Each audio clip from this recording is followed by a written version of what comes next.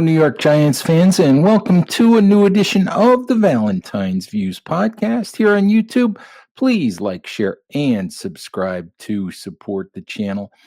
As we enter the Memorial Day weekend, I just wanted to touch base, talk about a few news and notes, few things that happened with the New York Giants this week. So let's get into to a few of the relevant topics as we head for the holiday weekend and then turn toward OTAs, which will begin next week for your New York Giants. Paul Schwartz of the New York Post had a story on Thursday about Evan Neal and his potential as a guard for the New York Giants. That was noteworthy for me because Neal at guard has been a topic of conversation for the last couple of years. There's been an expectation through most of the offseason that Neal would be at guard. Once the Giants got on the field this spring, really hadn't gotten any confirmation of that. All that Joe Shane and Brian Daboll had been willing to say up until now was that Neal would do whatever was best for the football team. Schwartz's piece was really the first full confirmation that I had seen that the plan is for Neal to be at guard this spring. Neal will be at right guard. He'll compete with Greg Van Roten, Jake Kubas, whoever else might be in the competition for the right guard spot.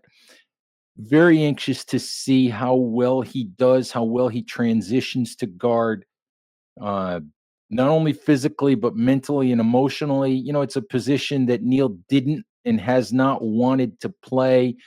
He, famously made the comment about coming out of the womb as an offensive tackle.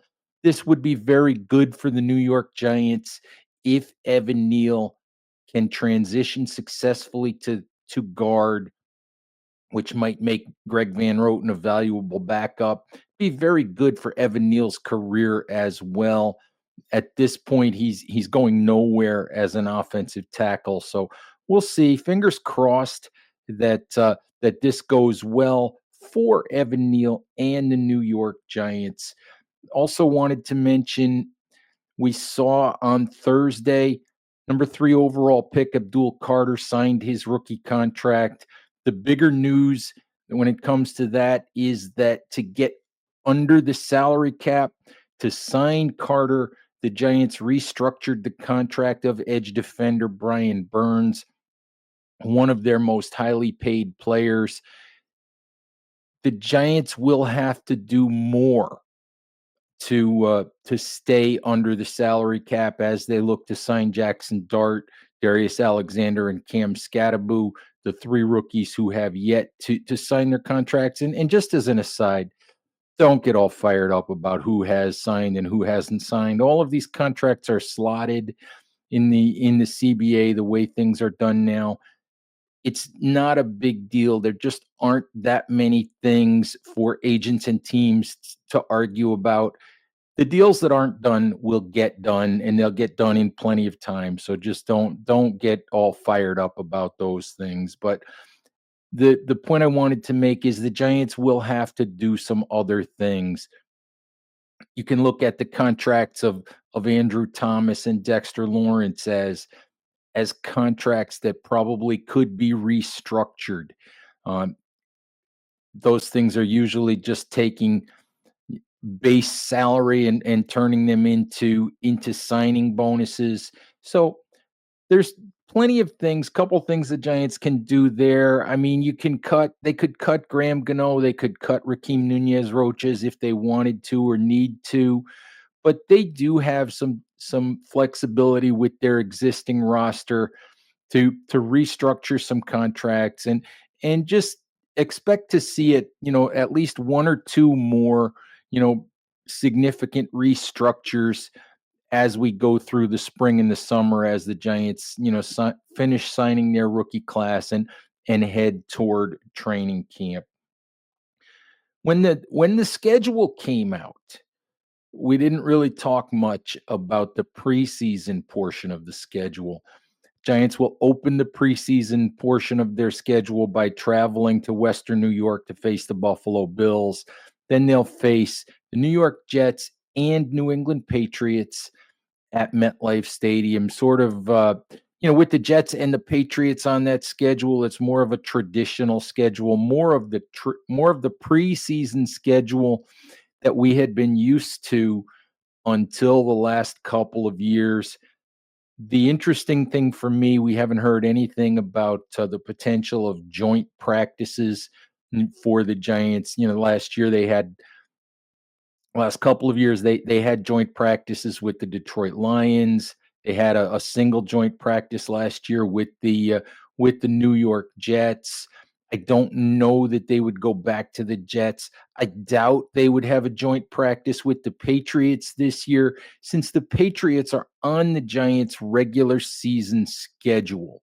So the one possibility for a joint practice that I see would be with the Buffalo Bills, and that makes sense, of course, because of the connection between Joe Shane and Brandon Beane, and between Brian Daboll and Buffalo coach Sean McDermott. The uh, the the catch there is that the Bills have already announced joint practices, I think, for week 2 of their preseason with uh, with the Chicago Bears. So don't know if the Bills would want to do joint practices in back-to-back weeks, but we'll look for an announcement. We'll try to ask Brian Daboll about that next week when we get a chance to speak to Daboll at Giants OTAs once those get started. Just a quick note about OTAs: there will be 10 of them starting next week. Media will have access to 3 of those 10 OTAs. We will then have access to the mandatory mini camp before the Giants break, the middle of June until training camp starts, near the end of July. So we'll see 3 of those 10. We'll have as much information for you from those as we possibly can. So stay tuned for that. Look forward to that on bigblueview.com as well. Wanted to also mention the announcement from HBO and NFL Films that the NFC East, including the Giants, of course, Commanders, Cowboys, and Eagles, will be the subject of the in-season version of Hard Knocks. And I haven't talked to Joe Shane about this. I don't have to talk to Joe about this to know that I can guarantee you he's not thrilled about this. He knows that the Giants' off-season appearance, which was focused solely on the Giants and solely on how the front office dealt with the off-season, he knows that the Giants' 2024 appearance didn't go well, that the franchise wasn't portrayed well. He said, during the NFL Combine, he freely admitted that if anyone asked him, if any other GMs asked him about the possibility of doing an off-season version, he said, I know what I would tell them. And the implication was he would tell them to stay away, far, far away from doing it. So I can't imagine that Joe Shane and the Giants are thrilled about this, but I also don't see how this in-season version with 4 teams featured is going to be as intrusive as perhaps that off-season version focused solely on the Giants front office was.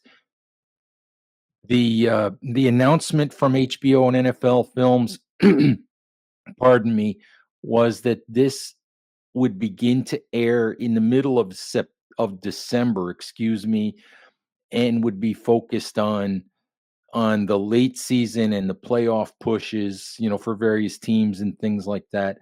For the Giants, this might turn out to be the Jackson Dart show if the Giants are prepping to put Dart into the lineup, or if they've already put the rookie quarterback into the lineup. When filming for this um, takes place, it's highly unlikely. I think that the Giants will be in playoff position at that point in time. So this could be, about Jackson Dart. It could be focused on whether or not Brian Daboll gets to stay with the Giants after the 2025 season. Anyway, as I said, I'm sure that that the Giants wish that HBO and NFL Films had picked a different division for the 2025 version of the show. Anyway, Giants fans, that's really all I had for you. Just touch base on some news and notes as we head for the weekend. So, thank you as always for watching. Please remember to check bigblueview.com for all of your Giants coverage throughout the weekend, during OTAs, throughout the summer into training camp. We'll have as much information for you as we can as we get you ready for the 2025 season. So, as always, please stay safe out there, take care of each other, and we'll talk to you soon. Bye bye.